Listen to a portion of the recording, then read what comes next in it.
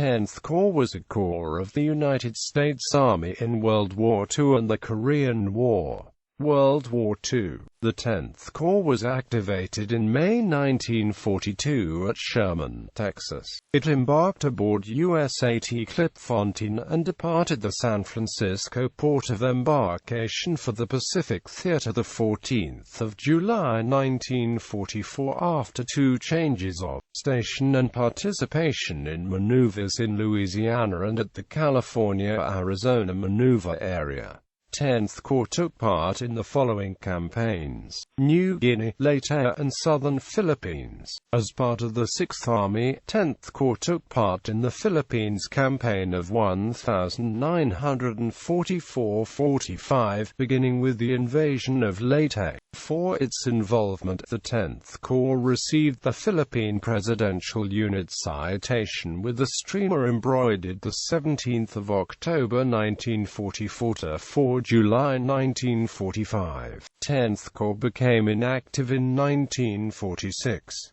Korean War. Operation Chromite. During the Korean War, it took part in Operation Chromite, the landings at Incheon, where it had the 1st Marine Division, the 7th Infantry Division and other U.S. Army units under its command. The embryonic planning group for Chromite originally was known to insiders as Force X, and the entire scheme was cloaked in absolute secrecy. To outsiders, the small planning staff was known only as the Special Planning Staff of General Headquarters, Far East Command. As the organization grew, due to bureaucratic entanglements, supply orders were rejected because Force X was not referenced as a proper organization anywhere in Army manuals.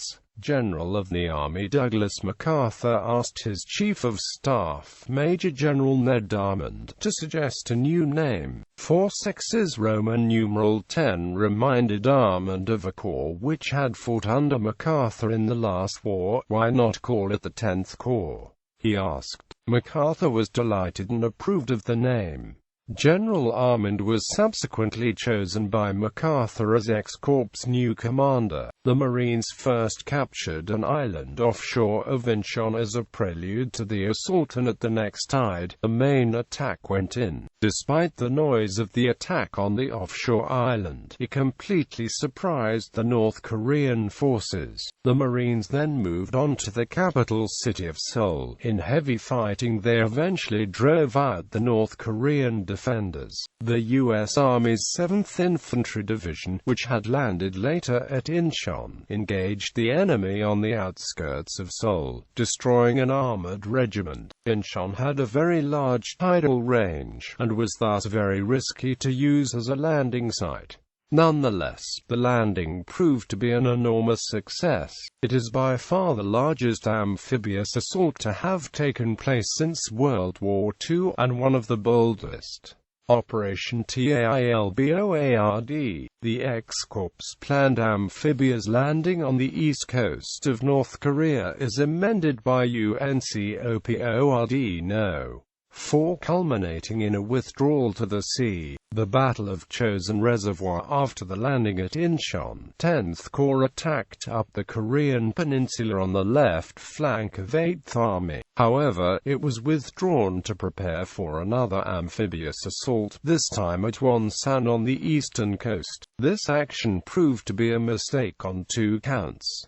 First, forces of the 8th Army moving by land reached Wonsan before the assault went in. Second, it proved to be too far for UN forces to go. After an administrative landing at Wonsan, 10th Corps, now including the US 3D Infantry Division, advanced inland northwest towards the Yalu River with the 1st Republic of Korea Corps made up of 2 rock divisions in the far north right flank. The U.S. 7th Infantry Division was in the center and the U.S. 1st Marine Division on the southern or left flank of the 10th Corps attack. 3D Infantry Division was initially in reserve, as elements of the 1st Rock Corps and 7th Infantry Division closed on the Manchurian border. The 1st Marine Division hesitated and became bogged down in the vicinity of the Chosun Reservoir. The Chinese Communist forces chose this moment to intervene en masse in the war. They crossed the Yalu into northern Korea and engaged 8th Army and 10th Corps across the frontages. The Marines were on both left and right sides of the Changjin Reservoir. Regimental Combat Team 31 of the Army's 7th Infantry Division replaced the 5th Marine Regiment on the east side of the reservoir in a piecemeal fashion, with only 2 of its maneuver battalions in place before heavy engagement with the enemy commenced. 10th Corps was strung out along many miles in sub-freezing temperatures, with the ROK troops and the 7th Infantry Division to the north in contact with enemy forces. Regimental Combat Team 31 was too far from its parent division for support, and without organic tank support and its 3rd maneuver element, it was decimated by the onslaught of the Chinese. The 1st MARDIV fared better, and with remnants of RCT-31, Army engineers and 10th Corps support personnel, began its move to the sea, moving through elements of the 3rd Infantry Division who provided flank and rear guard cover for the withdrawing units. The 7th Infantry Division in the center and the 1st ROK Corps on the right flank also began withdrawing to the Hungnam beachhead. The Marines withdrew through the 3D Infantry Division with intermittent contact with Chinese forces up to Sudong. The extreme temperatures during this period caused the majority of the casualties for 10th Corps. The Marines managed to reach the safety of Hungnam first, where the 3rd and 7th Infantry Divisions and 1st ROK Corps provided perimeter defense. The Marines were evacuated by the middle of December, followed by the 7th Infantry Division, 1st ROK Corps and the last of the X-Corps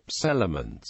The 3D Infantry Division was last to leave the beach and evacuated on the 24th of December 1950. For Intrepid Service during the Battle of the Chosun Reservoir with Chinese Communist forces, U.S. Army Lieutenant Colonel Don C. Faith, Jr., having assumed command of Regimental Combat Team 31 7th Infantry Division, for actions during the period the 27th of November through the 1st of December 1950. U.S. Army Lieutenant Colonel John U. D. Page of the 10th Corps Artillery, having distinguished himself in action during the period of the 29th of November to the 10th of December 1950, and U.S. Marine Corps Staff Sergeant William G. Windrick, Company I, 3D Battalion, 5th Marines, the 1st of December 1950, were posthumously awarded the Medal of Honor, receiving the Medal of Honor in person. U.S. Marine Corps Lieutenant Colonel Ray Davis, in command of the 1st Battalion 7th Marines, for his actions 1 through the 4th of December 1950. U.S. Marine Corps Captain William E. Barber, in command of Fox Company 2nd Battalion 7th Marines, for his actions during the period the 28th of November through the 2nd of December 1950. U.S. Marine Corps Staff Sergeant Robert Kennemore, Company E, 2D Battalion, 7th Marines, for his actions during the period 27 and the 28th of November 1950. And U.S. Marine Corps Private First Class Hector A. Cafferata, Jr., Company F, 2D Battalion, 7th Marines, for his actions on the 28th of November 1950. Later actions. After the withdrawal from the northeast coast, and once its units had been reconstituted, 10th Corps went into the line, and remained there for the rest of the war. It is widely contended that 10th Corps remained outside of the direct command of 8th Army too long. 10th Corps reporting directly to the Supreme Commander had been necessary for the Incheon landings and still defensible for the Wonsan attack. However, after it entered the main line, conventional military doctrine indicated that it should have been placed immediately under the command of 8th Army. General Douglas MacArthur, the commander of the United States forces, was accused of favoritism towards Edward Armand, the controversial commander of 10th Corps, who was dual-hatted as the commander of 10th Corps and MacArthur's chief of staff and his personal friend. After 10th Corps was placed under the command of 8th Army, it performed with powerful strength for the rest of the war.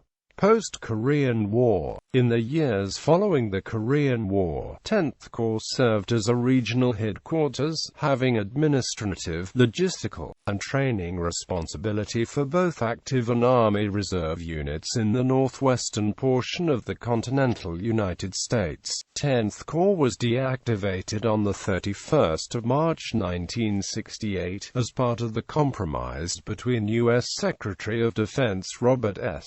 McNamara, who wanted to merge the Army Reserve into the Army National Guard, and the United States Congress, who wanted to maintain the Army Reserve as it then existed. Under the compromised plan, all of the combat divisions and most separate combat brigades of the Army Reserve were deactivated, with a corresponding increase in the National Guard. At the same time, non-divisional combat support and combat service support units were reallocated in the Army Reserve. The 14 area corps were deactivated. In the place, 18 Army Reserve commands were established. Each ARCOM was, in turn, assigned to one of 5 continental U.S. armies under Continental Army Command. The bulk of ex-Corps Army Reserve units were assigned to the 124th Army Reserve Command.